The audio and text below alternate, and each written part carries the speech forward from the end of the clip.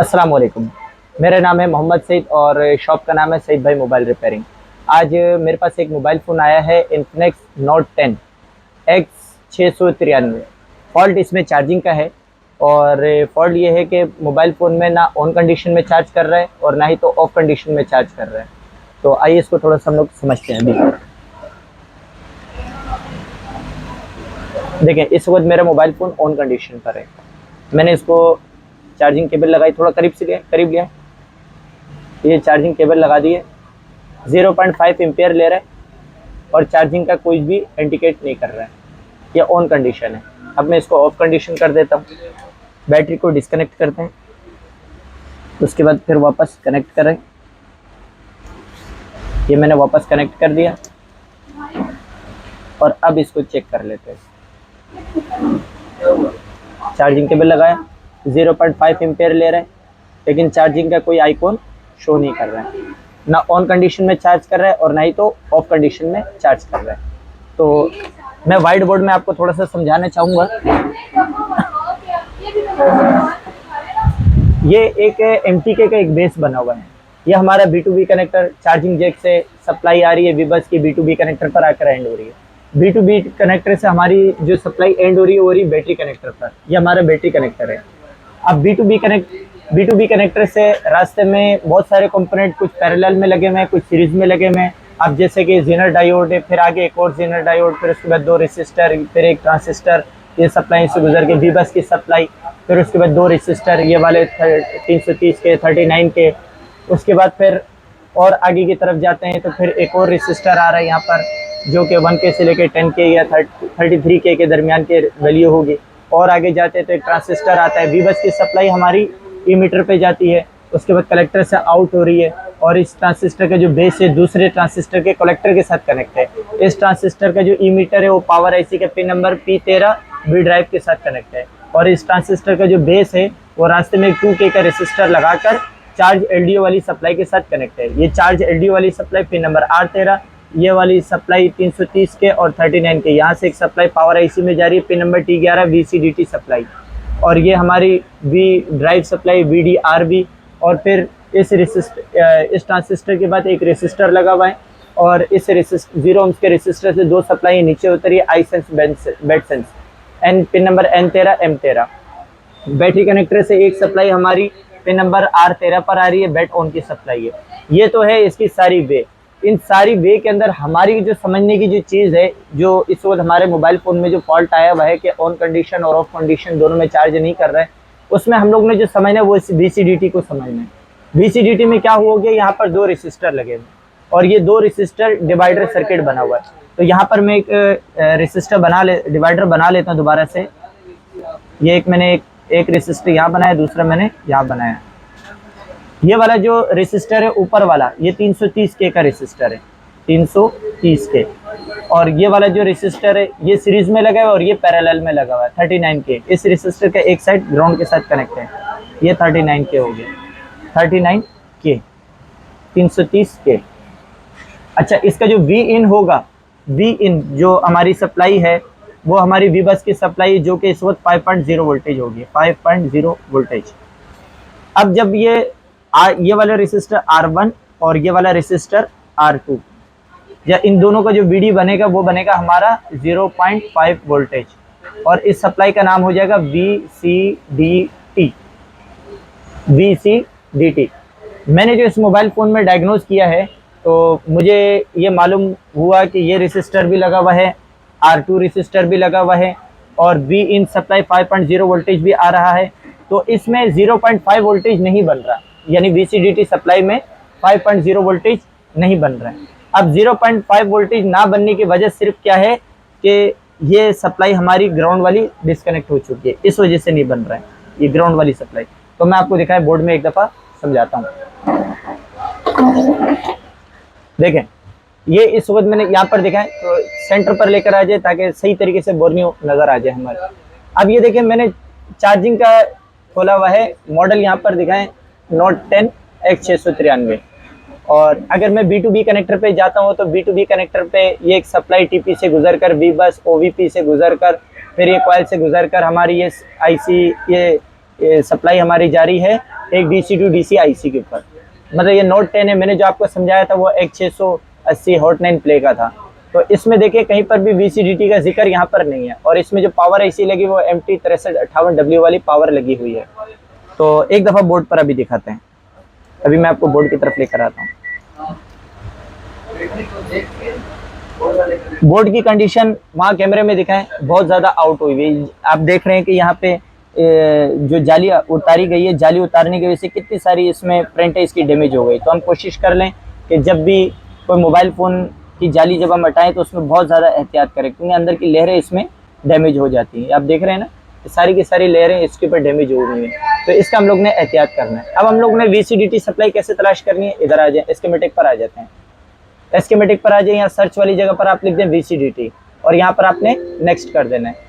Next करने के बाद फिर आपको ये पावर IC है MT 6358, ये देखें ये लिखी हुई।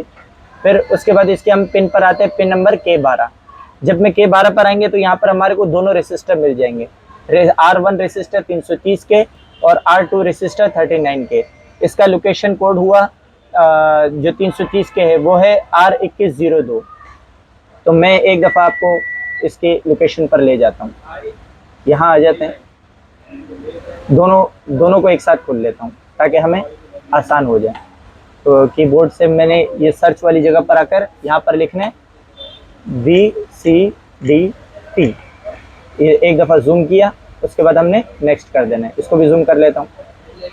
अब यहाँ पर जो रेसिस्टर है 330 के, इसका ये लोकेशन कोड है R2102। जब मैं यहाँ डबल क्लिक करूँगा तो ये रेसिस्टर यहाँ पे शो हो जाएगा, ये इसका R2102।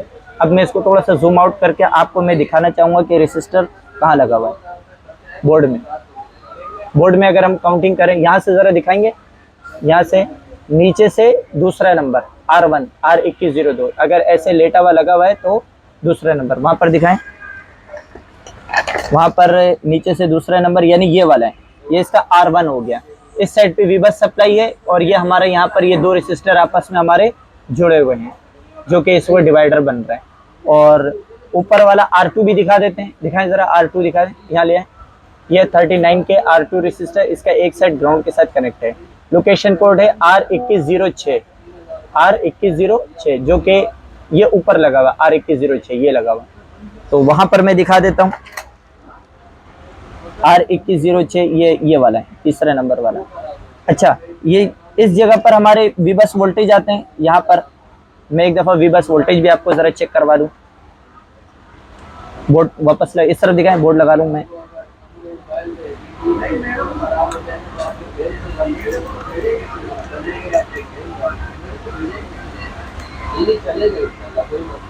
मैं इसमें USB केबल इन करता हूँ, V बस वोल्टेज भी एक दफ़ा चेक करवा दूँ।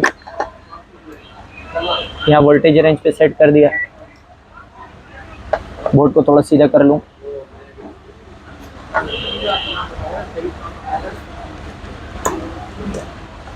अब वहाँ पर दिखा दें, जो R1 रेसिस्टर है वो नीचे से दूसरा नंबर है। तो कहीं से भी मैं इसका ग्राउंड ले लेता हूँ, मीटर की एक तार को ग्राउंड पर रख दिया। देखिए इस वाली साइड पे देखिए कितने वोल्टेज दिखा रहा है, दिखाएं ज़रा, 5.1 के।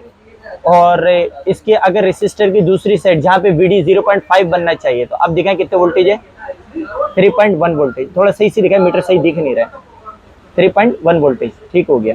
अब यहाँ पे 0.5 वोल्टेज होना चाहिए था।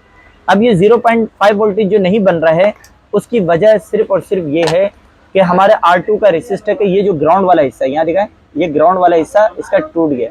लोकेशन कोड R2106, R2106, ये वाला साइड इसका ग्राउंड होना चाहिए। तो मीटर को मैं डायोड मोड पे सेट करता हूँ, दिखाएं मीटर को डायोड मोड दिखाएं, ये रहा मीटर को डायोड मोड दिखाएं। अब मीटर की जो प्लस वाली तार है उसको मैं ग्राउंड करूंगा, और मीटर की जो माइनस वाली तार है उसको मैं सबसे पहले R1 की GR दिखाता हूँ। ये R1 की GR देखें 692, ये इस वक्त यहाँ पे V बस सप्लाई है। अब दोबारा दिखाएं, यहाँ पे हमारा VD बनेगा। अब यहाँ पे GR दिखाएं 584। अच्छा, अब मैं ऊपर वाले रेसिस्टर पर रखता हूँ तो कितना दिखाएं, 584। अब इन दोनों को अगर मैं आपस में मिला दूं तो 00 शो करना चाहिए, दिखाएं ज़रा, 00 शो कर रहे हैं। अब हमारा जो ऊपर वाला जो रेसिस्टर है जिसका एक साइड ग्राउंड होना चाहिए वो ये है, देखिए ग्राउंड शो नहीं करा रहा, दिखाए मीटर पर ग्राउंड शो नहीं करवा रहा। तो हमने करना क्या है, इस वाले रेसिस्टर से एक जंपर उठा के कहीं पर भी हम बॉडी के किसी भी हिस्से पे हम ग्राउंड पे कनेक्ट कर देंगे। तो चले मैं इसको जंपर करता हूँ, जंपर कर कर आपको चेक करवाता हूँ। काबी ये बंद पड़ा हुआ है।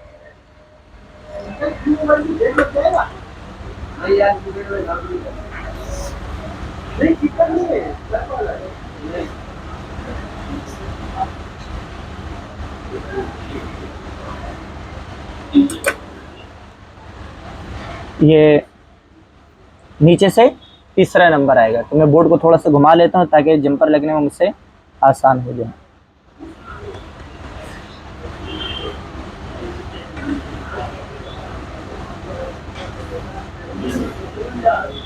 ये रेसिस्टर के इस साइड पे जंपर लगा दिया।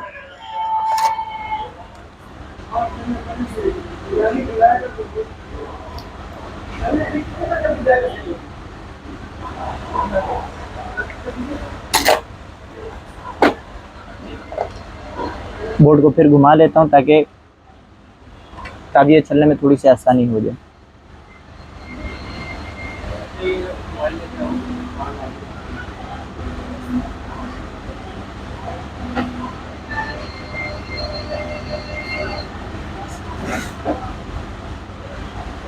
एक दफ़ा इसको चेक कर लेता हूँ, ये अगर यही हिस्सा अगर ग्राउंड हुआ तो मैं जंपर को भी यहीं लगा देता हूँ। ये मुझे ग्राउंड लग रहा है, दिखाएं ज़रा मीटर पे दिखाएं, करीब से दिखाएं थोड़ा सही से, ये ग्राउंड ही है जी। मैं जंपर को यहाँ लगा देता हूँ।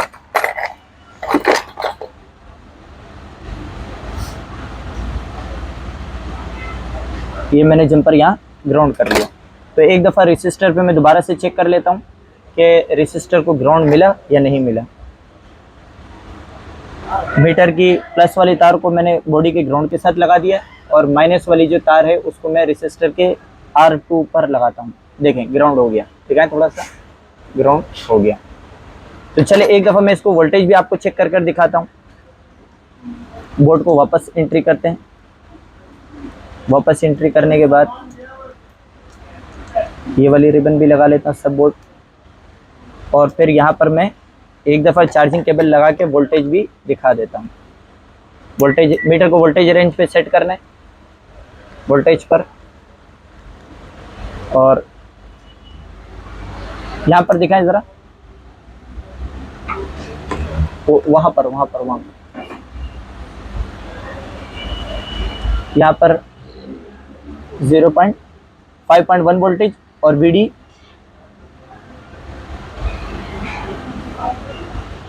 ये हो गया, वोल्टेज इसके डाउन हो गए। एक दफ़ा मैं इसके चार्जिंग आपको चेक करता हूँ, बैटरी नहीं लगी हुई है।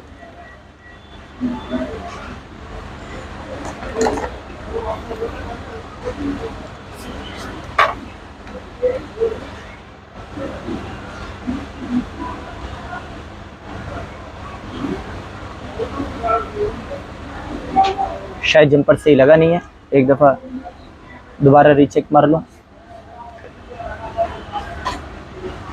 हाँ जंपर मैंने गलत लगाया, तीसरे नंबर पे लगाना था और चौथे नंबर पर लगा दिया मैंने जंपर वायर।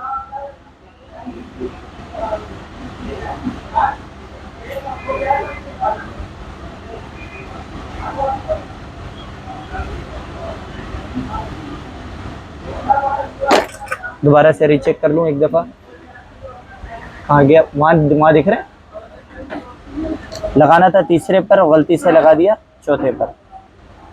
डायोड मोड पे सेट करके एक दफ़ा मैं चेक कर लूँ, ग्राउंड हो गया। एक दफ़ा मैं VCDT के वोल्टेज भी ज़रा चेक कर लूँ। वोल्टेज रेंज पे सेट करते हैं वापसी,